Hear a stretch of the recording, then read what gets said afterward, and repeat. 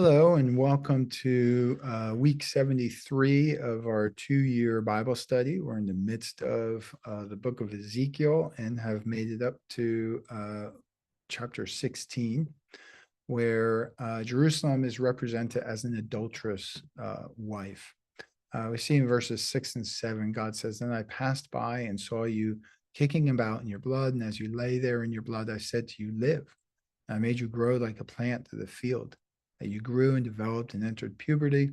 Your breasts had formed and your hair had grown, yet you were stark naked." God's grace is shown in choosing more broadly the people of Israel, but because this is going to be tied to Jerusalem, we're going to use Jerusalem. But God's grace is shown in his choosing of Jerusalem. He covenants himself to her in verses 9 through 14.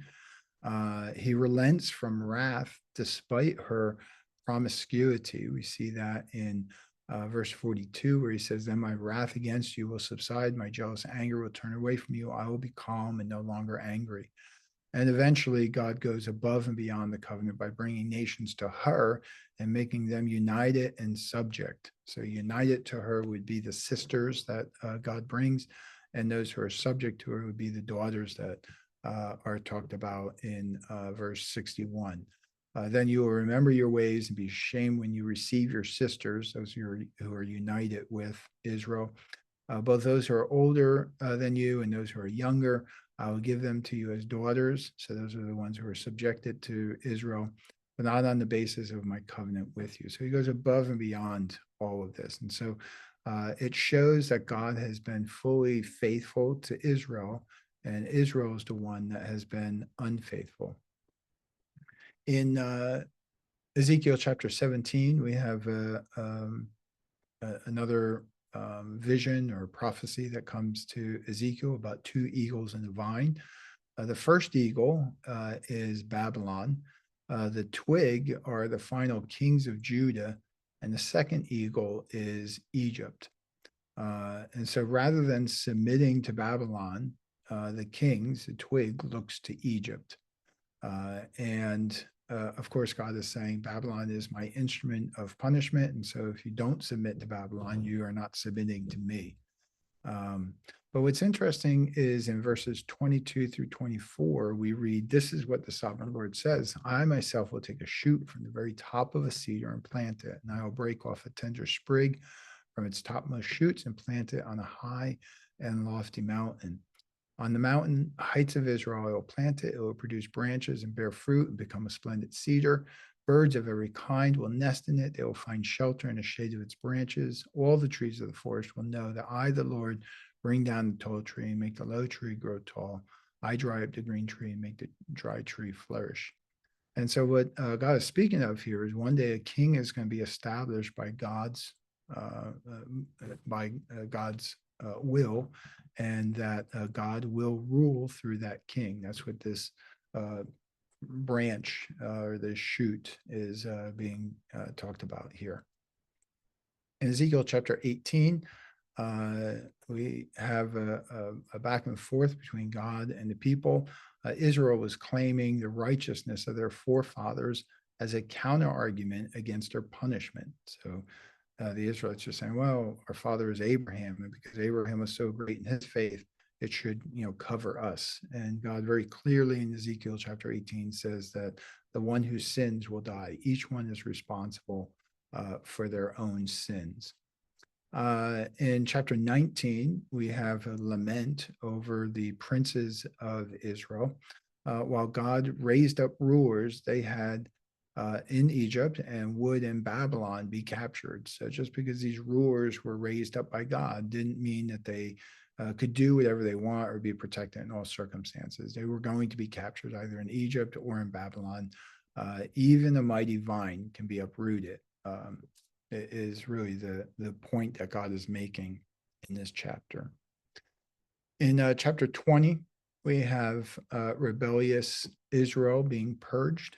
God shows his patience and faithfulness by not bringing judgment, but does give them over to the consequences, the horror of their choices. And we see that in verses 25 through 26, where it says, "So I gave them over I gave them other statutes that were not good, and laws through which they could not live.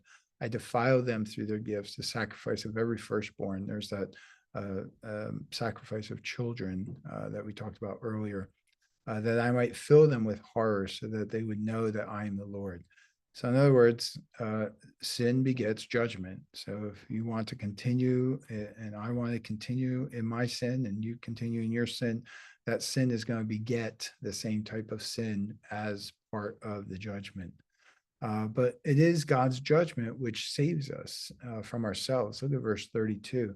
You say, we want to be like the nations, like the peoples of the world who serve wood and stone, but what you have in mind will never happen. So God's judgment is actually saving them from the way they want to live themselves. And then finally, there's a prophecy against the south in verses 45 through 49.